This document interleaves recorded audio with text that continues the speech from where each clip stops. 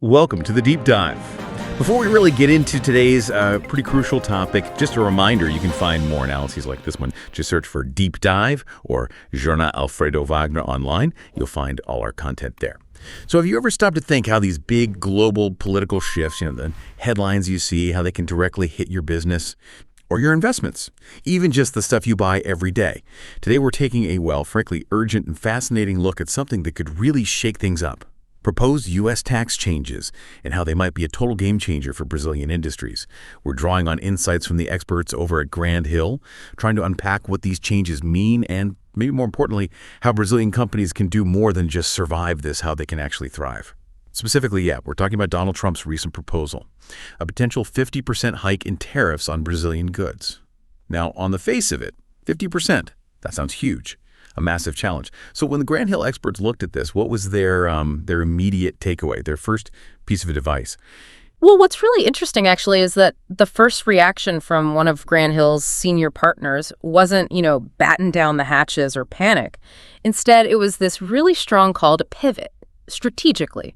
Their main point seems to be that this 50% tariff, it might actually push Brazilian businesses to leapfrog into more resilient, globally diverse supply chains, the kind maybe they should have built already. Leapfrog, okay. Yeah, it's about seeing this potential wall not as an end, but as a reason to get more agile, to broaden horizons. That's quite a reframe, turning a potential barrier into, a landscape of new routes. But where exactly? Where do they see these alternatives? What are the, concrete options Grand Hill is pointing to? They specifically flag Costa Rica as a really compelling option. Costa Rica. Okay, why Costa Rica? Because it acts like a potential bridge. Think about it. Brazilian companies could lose their competitive edge in the U.S. market with these tariffs. Right. But Costa Rica has this huge network of free trade agreements. We're talking countries representing something like 2/3 of global GDP. Plus, they have these established free trade zones. And it's not just tax breaks, though those are attractive. It's about modern infrastructure and, crucially, institutional stability. Okay, so stability and access, how does the bridge part work exactly? Well, the key idea is transformation. If a Brazilian company sets up, say, production or even final assembly in a Costa Rican free trade zone, and the product undergoes enough change there, it could potentially qualify as originating from Costa Rica. Ah, I see. So it changes its passport, essentially. Yeah. Right. And then it can access markets like the U.S. under Costa Rica's trade agreements, potentially avoiding that big 50% tariff altogether or facing a much lower one. It's a strategic rerouting. Okay, that makes sense. A clever way to use existing frameworks. But does that mean Grand Hill suggests packing up shop in Brazil entirely? Abandoning home base? No, not at all. That's a really important point in their analysis. The strategy isn't about ditching the U.S. market, and it's certainly not about shutting down Brazilian operations. They talk about a hybrid presence. Hybrid presence. Yeah, so you keep your local operations going in Brazil, but you strategically set up maybe production hubs or even just commercial branches in places like Costa Rica. The big advantage there is you guarantee access to those key markets, even if new trade barriers pop up. It gives you flexibility, keeps a foot in both doors, so to speak. Adaptation, not abandonment. Makes sense. So Look outward, internationally. But while companies are exploring that, what about the home front? Are there things they need to be doing internally, like right now? Absolutely. Another senior partner at Grand Hill really stresses this. While looking abroad is vital, you need immediate decisive action inside the company. His warning was pretty stark. This can't be left for later. There's a real urgency to get ahead of the risks, avoid nasty surprises down the line. Okay, can't be left for later. So for businesses listening, what are those immediate internal steps Grand Hill recommends? What should be on the to-do list today?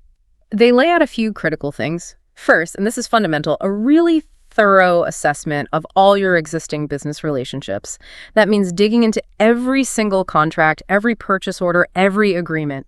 You need to know exactly how a 50% tariff would impact each one. Every single one. Yeah, it's detailed work. But without that granular understanding, you're basically making decisions in the dark. Okay, map out all the existing commitments. It sounds like a huge task. What's next after that assessment? Next up is building a proper risk map. And this goes beyond just, listing potential problems. It's about understanding your company's specific exposure. How vulnerable are you? Could competitors easily replace you in certain markets if your prices jump 50%? You also need to analyze the ripple effects.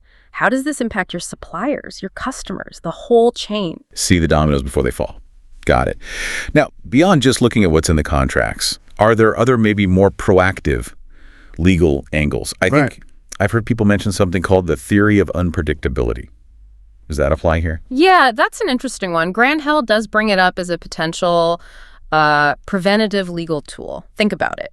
A contract is signed based on certain assumptions, right? A stable trade environment, maybe. Sure.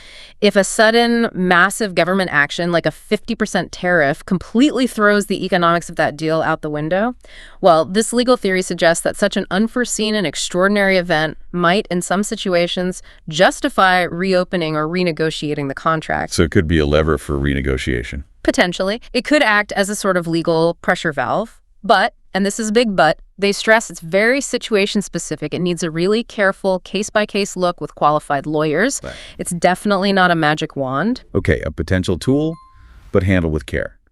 And finally, this kind of uncertainty must put enormous strain on finances, on just keeping the lights on. What's the advice for managing that aspect? Exactly right. They highlight how delicate this makes things financially. Cash flow becomes even more critical than usual, so their advice is to be proactive. Start talking to your creditors now. Talk to your key strategic suppliers preemptively. It's not just about securing funds. It's about having those conversations early to navigate the whole situation more safely and keep operations running smoothly. Right, proactive conversations, not waiting for a crisis. So we've got this big challenge, these internal actions, the external options. But the experts, they also seem to end on a note of, well, opportunity. How does that work? They really do. They frame this whole thing, despite the obvious difficulties, as a genuine chance for Brazilian companies to sort of upgrade their thinking, to become smarter, more agile. The point they make, which I find compelling, is that crises often force you down paths you wouldn't normally explore, less obvious paths, as they put it. Necessity is the mother of invention, sort of thing. Pretty much. And they put the onus squarely on leaders. Leaders need to see beyond the immediate firefighting, invest in the analysis, the studies, and then act strategically to find those alternatives. The ones that don't just get you through this potential tariff issue, but actually build competitiveness and sustainability for the long haul. It's about turning that hurdle into a launch pad. A launch pad, I like that. So wrapping this up, what's the big takeaway for you, the listener? Well, this proposed 50% U.S. tariff is no doubt a serious hurdle for Brazilian industry. But, as we've heard from the analysis at Grand Hill, it's also pushing companies towards a really powerful, maybe even overdue strategic rethink. That means looking outward international expansion, like the Costa Rica example, but also looking inward, with really robust risk management. It's basically a call to turn this threat into a catalyst for innovation and strength. And you know, this whole deep dive, it really makes you think, doesn't it? If these kinds of geopolitical shifts can hit industries so hard, forcing such big strategic moves, what other unforeseen and extraordinary events might be out there brewing right now that could reshape global trade? And, maybe more importantly, how ready are businesses really to adapt to whatever comes next? That is definitely food for thought. We really hope this exploration gave you some valuable insights, maybe a few aha moments along the way. For more deep dives like this one, please do subscribe and check out our channel. Again, just search for Deep Dive or Jornal Alfredo Wagner online. Thanks so much for joining us.